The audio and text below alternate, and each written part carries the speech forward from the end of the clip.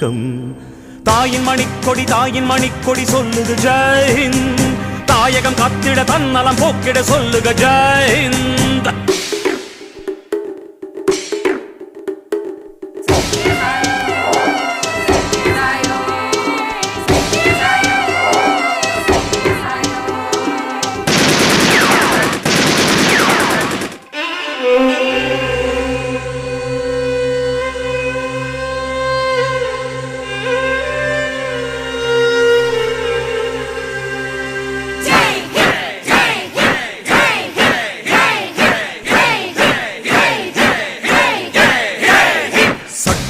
நம் சட்டம் புது வேகம் கொள்ளாதோ.